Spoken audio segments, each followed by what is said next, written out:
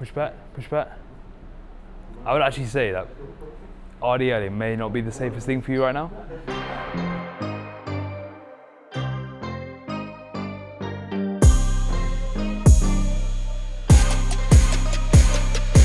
Welcome back to the Body Part series, where we're giving you the best practical advice to implement right into your training so you get the best possible results with your workouts. In this episode, we're going to be diving into hamstrings and specifically how to maximize the Romanian deadlift and the leg curls so you can get the best possible results in your hamstrings. As ever, make sure you hit subscribe, share it with your family and friends, and as ever, let us know how you get on in the comments below. Okay, so the RDL works pretty much everything on the backside of your body. The primary areas that it will tackle is the posterior chain, so the hamstrings, the glutes, and the lower back. But it will work pretty much everything behind your body. It's my favorite exercise, as I always talk about, the RDL. Every Friday is a big RDL party for me. The important thing to remember is it will work hamstrings and glutes primarily, but you will feel your lower back as well, and that's completely normal. If lower back is the main thing you're feeling, then you're doing something wrong. Okay, so you should definitely be feeling predominantly in the hamstrings and glutes, and the next day you'll always pretty much, no matter how many times you do it, no matter how many years you've been doing it for, you'll pretty much be sore in your hamstrings, right? What we want to be doing now is I'm going to show you a perfect technique and show you the common mistakes that we make. So when it comes to the RDL, the first thing we want to, do you want to walk through? First thing we want to do is set it up into a rack. Okay, I always like setting up on a rack versus deadlifting on the floor, because that way you can get the best possible positioning. You want to set it up as Ed's got it here, and then pick it up, and then walk it back. Take a couple steps back.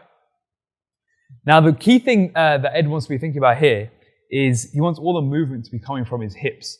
So he wants to be thinking at all times, hips back, back, back, back, and maximizing the stretch across his hamstrings, okay? So the first thing he's going to do is initiate the movement with his hips, and as he does that, he's going to keep a very slight knee bend. And that slight knee bend should stay static throughout. What you don't want to be doing is increasing that knee bend as you go down and turning it into a regular deadlift. So as you go back, go back, Ed. So you can see here, he's got a nice slight knee bend, his hips are coming back, and most importantly, his back is nice and straight here. Now, if I was to hold a pole from his pelvic bone here, all the way to the top of his, to the back of his head, all of this should be completely straight, okay? So he doesn't want to be arching his neck up, he doesn't want to be looking too far down, he wants this to be a complete straight angle. This is perfect RDL form. You'll also notice the bar is kept close to his body, it's not hanging out too far or anything like that. So this is the perfect RDL setup. Then come up, and as he comes up, he wants to be driving his hips into the bar for a full completed rep. Okay, and then go back down again. You see here, hips back, hips back, hips back, maximum stretch on the hamstrings here, bar kept close, back straight, and then come up and drive it in. So with regards to the depth, if you go down, with regards to the depth, you want to go as low as you can without increasing the knee bend and without rounding the back. So for some people, that may be sort of like just below the kneecap. For Ed, it's like sort of a third of the way up his shin. For me, you probably see mine goes quite low, but also, yeah, but it all depends on how far you can go whilst keeping this position. This is really important. If you see him go lower. Yeah, you see his knees start bending. That's probably a bit exaggerated. his knees start bending, or his back will start rounding. Or one of those factors will come in. But that's the key thing, okay? And how far you go down will be determined by your flexibility, how long your arms are. So I've got long arms. That also makes an illusion of like how low I'm actually going. So yeah, those are the different factors involved. So common mistakes. So there's a bunch of different mistakes that we see with the RDL. I think RDL is probably one of the most butchered exercises out there. The most common ones are probably to do with the back, the bar positioning, the head positioning, and depth. Okay, so we'll cover each one of them. So we'll go with the knees bending too much. So this usually happens when you're trying to go too low. So as you go down, perfect form, you see something, then this always happens. And what that turns into then is you're turning it into a deadlift, a normal sort of deadlift. And if you come up, you just lose all the stretch capacity into the hamstrings, and you end up just turning it into a normal deadlift. So to avoid that, it comes back to just knowing where your depth is. Okay, so use the warm-up sets to gauge your depth. Once you know that, just lock it in. If you know that once you get to your shin, once you get to like sort of this level, that's the lowest you can go, then any lower you're going to create that knee bend that you don't necessarily want. Okay. The next one is obviously probably to do with the bar path. you see a lot of people push the bar too far in front of you. So go there, go down. And what that, again, very, very. You haven't seen the videos. Yeah, I'm sure at least someone's done this and sent this in, right?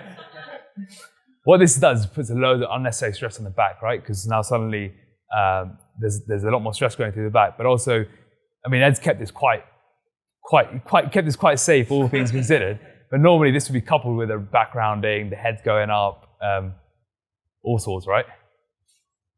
Third one is probably to do with the alignment of the back and the head. So just do like an exaggerated arch neck. You see we talked about the pole analogy. This will happen a lot again. It puts undue stress on the lower back and it'll throw everything off. When you do an RDL and you don't feel your hamstrings working and you don't really feel the posterior chain, it's all in the lower back, often it's to do with things like the bar path or the head, because all this kind of just shifts the where you want that stress into areas you don't want it to be in, right? You focus it too much here and less over here. And then the biggest one is probably like the rounded back. So actually, once you know how to do an RDL properly, it's really hard to do it. Like hard to do that.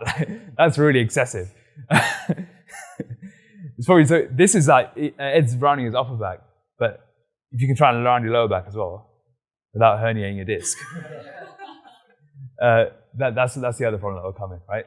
And to fix this, a lot of it just come back up. It just comes back to like self-awareness around your back. So if you can just think about pulling your hips back, that'll really help. If you can get that motion of hips back, will solve most of your RDL problems. And another real good cue I like to use is think about someone's got a string attached here, right? So you think about someone's got a string attached here, and what they're doing is they're literally just pulling you. They're pulling you like that. And when you think about that in your head, someone's pulling you with a string, back. What are you naturally going to do? You're going to start stretching these. Yeah, I guess like two add-ons really to get the most out of RDLs is make sure grip isn't a limiting factor. So like hamstrings and glutes, big muscles, really strong. If you can't, you're basically going to be able to move more weight with them than you're going to be able to hold on to with your hands. So if you're not using straps, your grip's going to give out way before glutes and hamstrings even get close to working hard. So I'd say definitely recommend using straps, whatever style you guys like, but we'll go through how to put them on as well when we're going through it. And then the other thing about it is just your shoes as well. If you have like flat-soled shoes, like these are a great example here, they're like the Metcons, aren't they? So they're really flat. Converse can be okay, but anything that gives you like a really flat sole is fine. If you don't have them, then taking shoes off and just going in socks. Like these are running/fashion. You might not think they're that fashion, but dad shoes, whatever you want to call them. But you can see there's loads of foam in here, right? So even when I was doing the demo, you feel a little bit kind of unstable. That's the last thing you want. So I would just take them off, just go in socks. And that's going to give you like nice. Just make sure you got some good funky socks. Get some good funky socks, and then keep your fashion on point. Yeah. One more thing, just to help you guys with regards to that hips back movement, because I think if you can crack this, it's going to help everything, and it would be a good exercise to do. Is if you just find yourself like a wall, and the exercise you can do here is you stand in front of it like this, and then you just think about how can I get my arse to touch whatever is behind me. It's probably a bit too far back. Maybe you got like here, and then you're basically trying to reach it, and you almost want to feel like you're coming onto your toes are coming off. You don't actually want your toes to come off when you're doing the RDL, but it's the intention of like pushing back, whilst keeping that static knee bend. If you can just focus on those two things, it'll allow you to get that motion in, because it's literally just hip back. Yeah. Any questions before we kick off? Go, Azim. Wearing a belt. Would that help? See, so the belt, yeah. I mean, I don't personally use I've never really used a belt, and all the belt does is it teaches you gives you something to brace against. So it creates more pressure around here. So technically, it will allow you to lift more. But I think for the most part, just learning how to breathe and brace is probably the most important thing. Anything you add to that? Yeah, no, I agree. I think even if you're not wearing a belt, you can imagine you are. So imagine you've got like a belt going all the way through your hair. For Akash does a rep, he's going to breathe in, or me breathe in, not just into your chest here, because if you breathe in here, waist goes really small, and then you're going to be really unstable through that weakest part of that, the kind of weak chain and the weak link in the chain for this movement anyway. If you think about filling out your whole stomach and torso with as much air as possible and drive against it, that's when you can pretend you've got that belt on, or if you've got a belt, you get that actual feedback, and then you're pushing against it. and not just gut out, but like back out against it, sides out against it, and you're trying to just bust that buckle. So whether you've got a belt on or not, I would have that imaginary belt on and try and bust through that before you go into each rep on that. You want to think about 360 degrees of pressure. And breathing is actually something I probably didn't touch on, but when to breathe is like a common question we get. And with that is you want to be at the top here, you want to be, hold that, and then go. You want to reset at the top. What you don't want to be doing is like, breathing nicely on the way down, looking around, breathing out on the way up. There's no pressure here. If you're worried, everyone is pretty much worried about their lower back when they're Romanian deadlifting, right? Or any sort of deadlifting. The best way to do that is to lock that brace in. If you can learn how to brace effectively and breathe properly, you'll do more for your lower back than any belts or any sort of warm-up exercise that you can think of. Okay, so so breathe in at the top. So if you're here at the top, and what I'm doing there, you almost want to push that belly out, which is kind of like counterintuitive to what we do most of the day, right? We're always thinking about how we keep the belly in. You want to push the belly out, then hold it, and if Ed was like to try and punch me, hopefully you shouldn't be able to win me if I do it properly. But that's the kind of pressure you want to keep. It should be super tight. Like everything is locked in, and the amount of tension you can create on compound lifts is going to go a long way to preventing injuries, to allowing you to lift more, and just stay more focused into the set. Yeah. And you're also dropping your head onto it as well, so you're not keeping that static position, you're letting it drop. So it's always that thing we talked about is always maintained. So what you don't want to be doing, like here we've got mirrors, right? So it's tempting to be like, you start looking at yourself throughout the whole thing. But what you do, if I do that, all I'm doing is this, right? So what I prefer doing is picking a fixed point, like sort of, like usually at the edge of a wall, that can kind of help you keep that head positioning. Yeah? But when you guys do this soon, really think about the tension aspect, because the more tension you can generate, that means gripping the bar as hard as you can, flexing your lats. There's another really good trick around, like, I call it like protecting your armpits. So you want to think about when you're creating tension in your lats. If you want to think about if someone's going to come and tickle you from behind, what do? You do this, right? And that's a good way to sort of activate the lats to make sure that you're protecting your spine and your lower back from anything. So there's not really a right or wrong. I would just say wherever you feel strongest. I think hip width is probably like a good place to start. The main thing that's going to change is the wider you come, the more your adductors, so like the muscle like on the inside of the thigh a little more, is going to just work a bit more.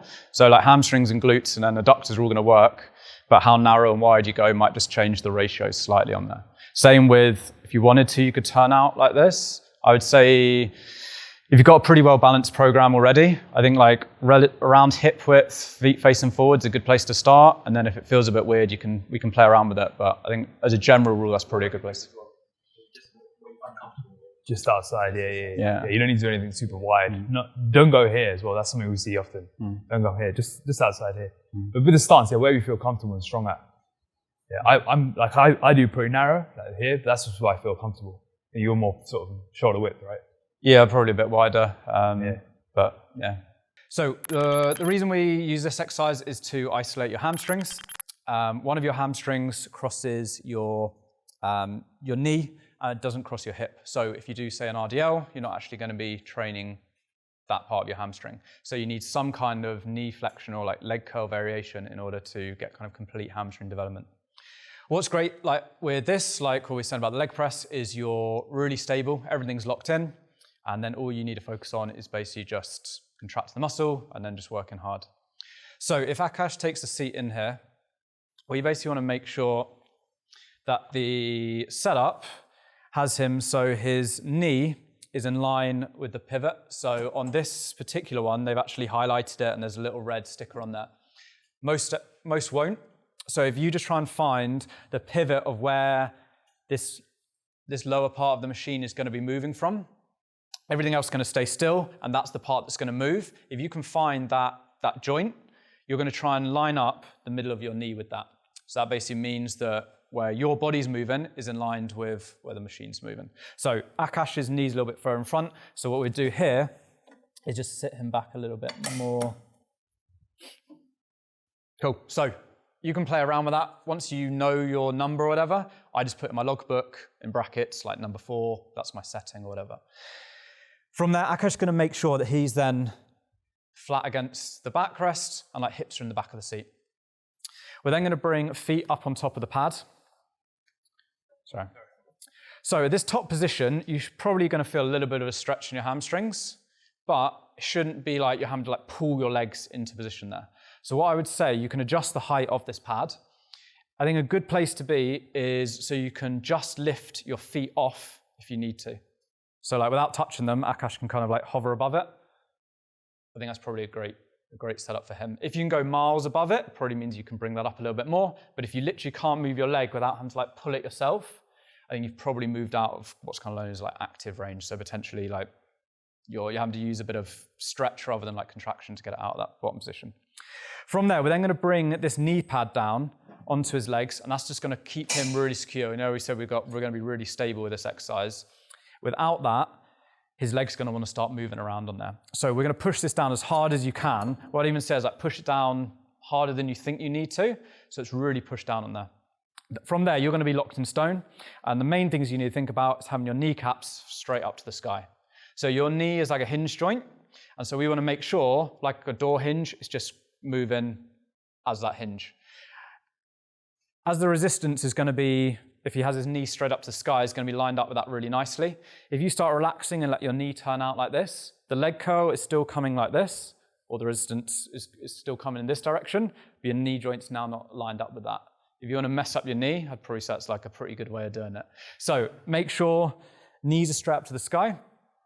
From there, you're going to push down with your hands really hard, because as you squeeze your heels in towards your bum, your hips are going to want to move. Most of your hamstrings, so apart from that one I mentioned before, come across your knee, but also your hip. So as you start to close up your knee, they're going to want to extend your hip because it makes you a bit stronger, puts you in a stronger position. That defeats the point of actually training them. So we want hips to stay as fixed as possible. And by pushing into that pad, it's going to keep hips as still as possible. And then you can focus just on getting that heel up towards your bum. So Akash is now going to squeeze that pad back towards his bum as far as he can. So close that up. And then he's just going to control it back out. If you find you're not able to get it all the way, it's probably because there's too much weight on it. Unless there's some structural issue with your knee or something, and you can't do this when there's no weight on it at all, you should be able to get that full range of motion. If you find that you're increasing the weight and you get to a point where you can't fully close your knee up, it just means there's a little bit too much weight on there. Yeah, a few other tips is, you know, with the Romanian deadlift or any sort of stretch hip extension movement, you want to be thinking hips out. When it comes to leg curls, you want to think hips in.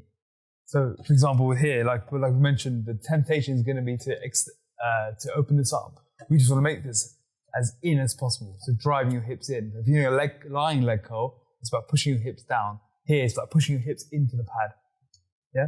The other thing is the feet. Maybe you want to touch on the feet. That way, you should go that or that. Okay. So, yeah. So basically, your calf, although it's mainly normally known for kind of coming up on your tiptoes, also crosses your knee. So it is going to contribute to knee flexion or like closing your knee up. So if you want to eliminate as much kind of assistance from your calf as possible, you want to get your calf in a short position, so you're going to point your toes. So Akash would like point his toes there. If you want them to help as much as possible, you're going to bring your toes up as much as possible. So I think there's loads of arguments of what's better, what's not. If you point them forwards, you take calves out a bit more, but they're also going to be involved in stabilizing your knee joint. So potentially you're then making your knee less stable. So what I would say is just keep them kind of neutral. And unless you've kind of done some real specialized thing or something, I think that's probably going to be like the best thing. I personally wouldn't overthink it too much. Cool. I guess in terms of main mistakes, number one, just going too heavy. So not getting that full range of motion. As soon as you're unable to do that full range, I would just cut the set there. Other one is basically just going to come normally from setup issues. So whether your knee isn't lined up with that pivot point, the thigh pad isn't down hard enough, there's just going to be movement from unwanted areas. And then probably same as all exercises, just control on that eccentric especially. If you want to hear a funny story, the heavy one is an interesting one in that I was falling for it for a long time. I was doing single leg curls. So you're in this position here, and I was getting close to that, stacking the whole thing. So I was getting ready to take a video and send it to these guys and saying, look, I'm stacking the whole machine. And Chani was with me, and she was filming it. And she goes to me, sure you're doing this right? And so I said, what do you mean? She's like, so have a look at this. I'd never filmed myself on this exercise. And I was literally, every rep, I was going like that and pushing my hip back. And I had no idea I was even doing it because I just got into a habit of doing it. It wasn't until I filmed it that I realized that every single rep, my knee was coming off the pad. So I was using my hip extensors to basically finish the movement. So I was going like this and then finishing up here. No wonder I was stacking the whole thing. As soon as I did it properly, she's like, you need to do it this way. I was thinking, you're telling me what to do here. So when I did it properly, I had to half the weight. Literally had to half the weight. But it just goes to show that, firstly, you always film your exercises, no matter how advanced you may think you are. And secondly, just not let the ego get in the way of it, because when you start bringing in the hip extensors, you can start lifting quite a decent amount of weight. Then you don't actually realize you're not training the hamstrings in the proper way. So yeah, that was my humbling moment.